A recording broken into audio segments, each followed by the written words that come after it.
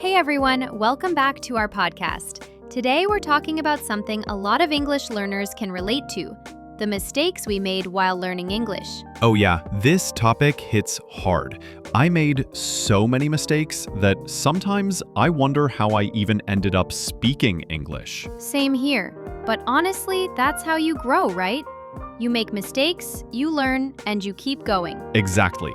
So today we're going to share some of our biggest mistakes, the lessons we learned from them, and how you can avoid them. All right, Mark, you start. What was your first big mistake? Okay, my first huge mistake was focusing too much on grammar. Like, seriously. I thought English was just rules and tenses. I spent hours memorizing every single grammar structure. But when someone asked me a simple question like, "How are you?" I froze. Oh my god, I did the same thing.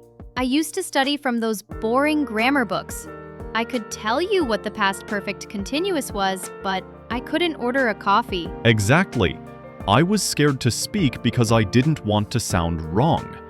I thought every sentence had to be perfect, so I just stayed quiet. Yeah, perfectionism kills progress. I remember once I was at a cafe with a foreign friend and I wanted to say, "I've been waiting for you for 10 minutes, but I forgot how to say it properly. I panicked and instead I just said, 10 minutes I wait you." That's still understandable though. Yeah, but I was embarrassed. Later I realized no one cares if your grammar isn't perfect. People care if you can communicate. 100%. The funny thing is, when I started talking more, I noticed my grammar improved naturally, just from listening and speaking. Same here. So lesson number 1, guys, don't be afraid to make mistakes. Speak, even if it's not perfect. Right. Now, my second mistake was learning words without context. Oh, that's a big one. Yeah, I used to memorize huge vocabulary lists. I had notebooks full of random words like nevertheless, abandon, resemble, but when I had to use them in real life, I couldn't. They were just floating in my brain with no meaning attached. Yeah, I remember doing that too. I used to highlight every word in English subtitles, but I never went back to them. Same. It was just busy work. The real progress happened when I started learning words in context. From songs, movies, and real conversations. Right, like when you hear "I'm down" or "that's lit" in a movie, and you start understanding what they mean, not just what they translate to. Exactly. That's when English starts feeling natural. For me, one of my biggest mistakes was comparing myself to others. Oh yeah, that's a killer too. I had a friend who learned English super fast. She watched a few Netflix shows, talked to foreigners online, and suddenly she was fluent. I kept thinking, why not me? I got discouraged, thinking I was bad at languages. Yeah, and the truth is, everyone's journey is different. Some people learn faster, some slower. What matters is that you keep moving. Exactly. Once I stopped comparing and started focusing on my progress, everything changed. I started enjoying English again. That's key.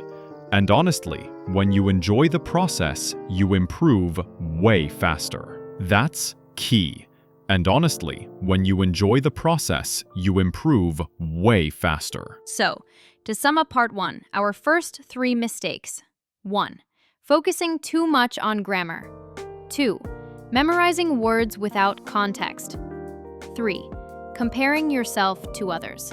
And the main lesson? English is a journey, not a race. Beautifully said.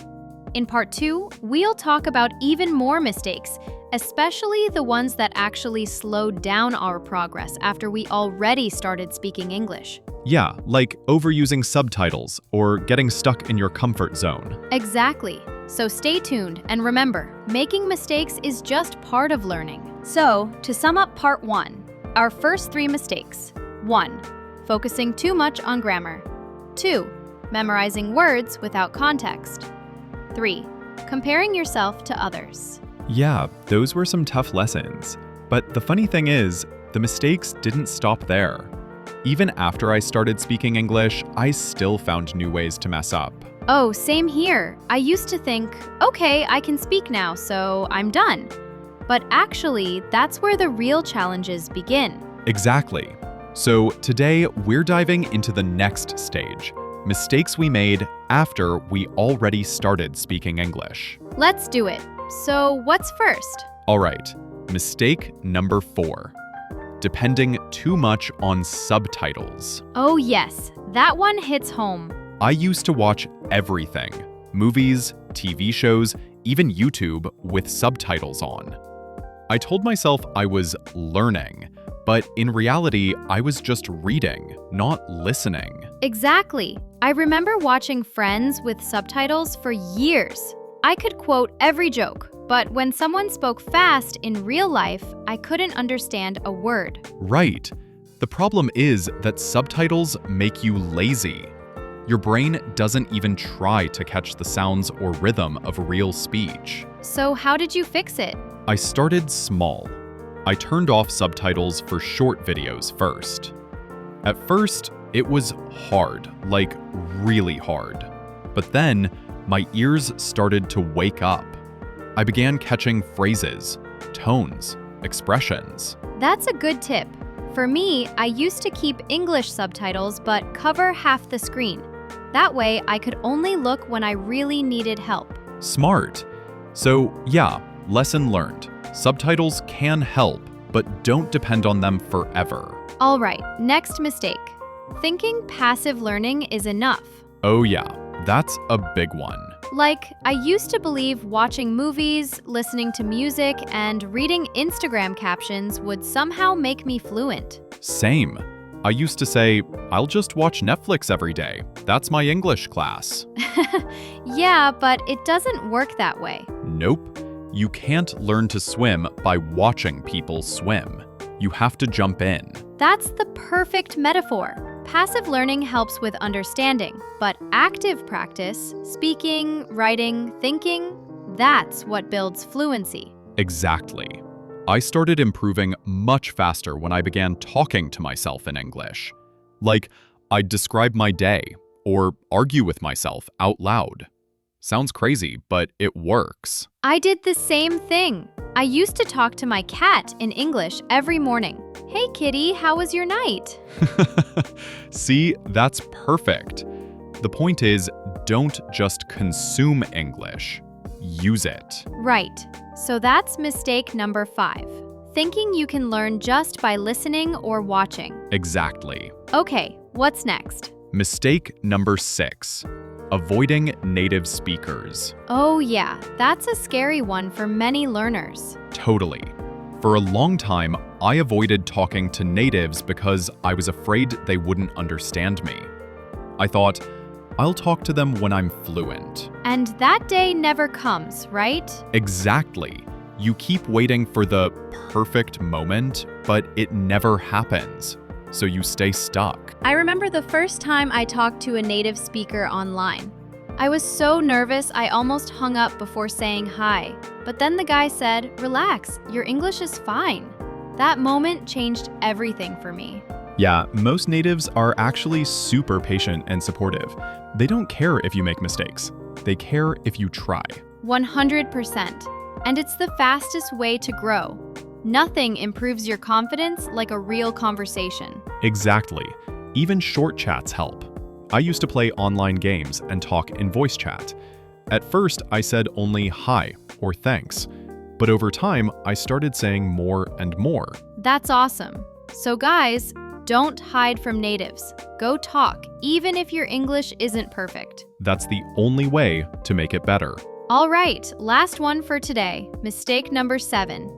Not setting clear goals. Oh man, that's such an underrated mistake. I used to just say, I want to speak English fluently. But that's too vague. I didn't know how or when. Same. It's like saying, I want to get fit, but never deciding if you'll go to the gym, run, or eat healthy. You need direction. Hey everyone, welcome back to our final part of mistakes I made when learning English. Yeah, the last 2 episodes were wild.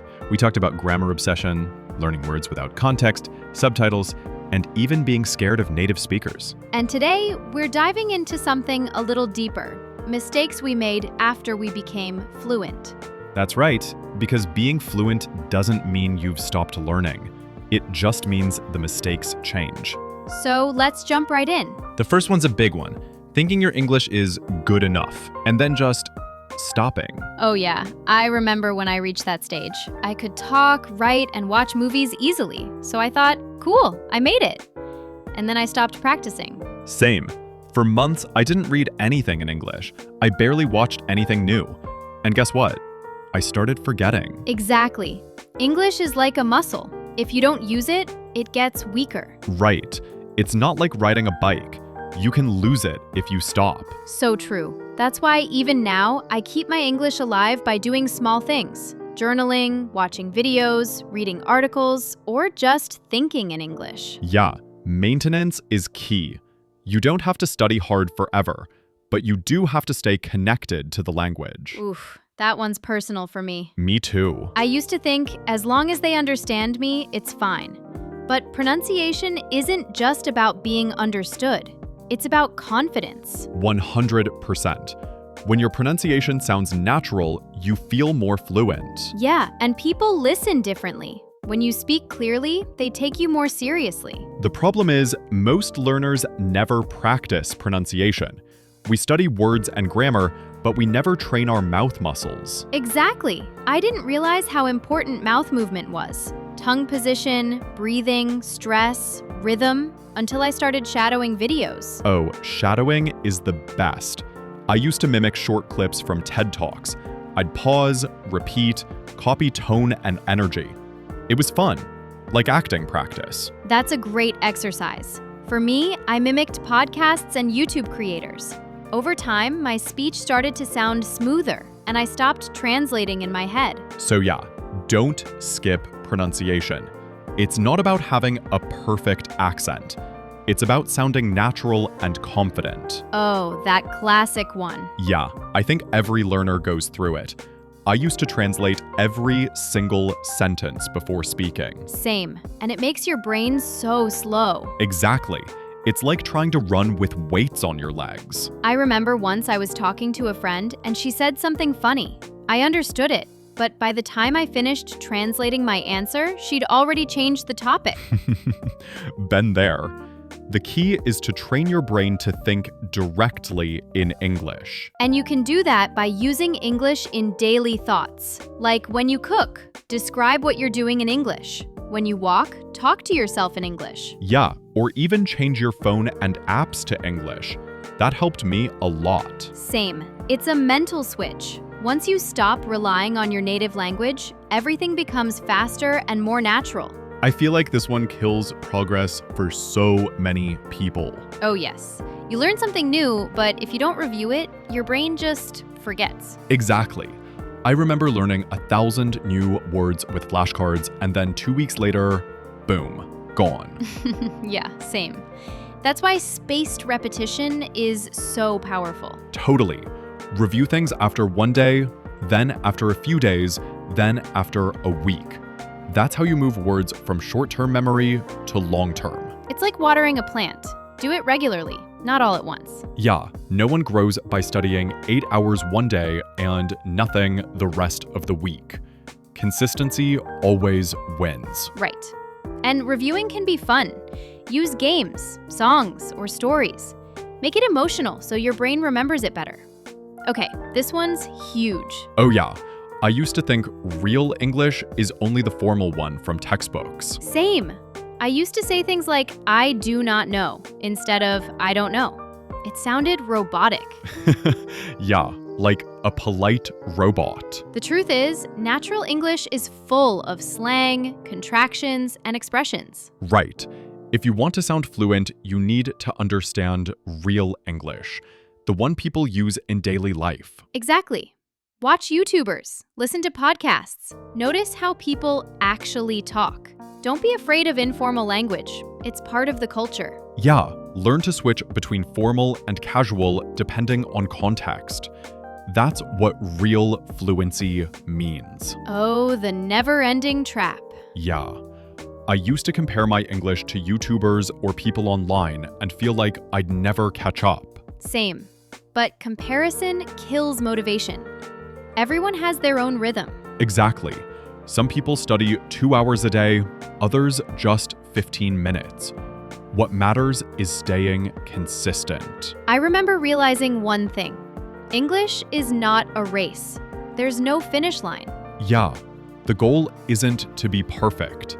It's to keep growing. And once you accept that, learning becomes so much more fun. So, let's recap today's lessons. 8. Thinking, I'm done. 9. Ignoring pronunciation. 10. Translating everything. 11. Not reviewing. 12. Focusing only on correct English. 13. Comparing yourself to others. These are advanced mistakes, the kind you make after you already feel fluent. But they're also the ones that separate good English from great English. Exactly. So if you're listening to this and you recognize yourself in these stories, don't feel bad. It just means you're learning. Yep, every mistake teaches you something valuable. All right, that's a wrap on our Mistakes I Made When Learning English podcast series. Thanks for being with us through all 3 parts. And remember, learning English is not just about grammar or vocabulary. It's about growth, confidence, and consistency. Keep going, stay curious, and never stop using your English. See you in the next one, everyone.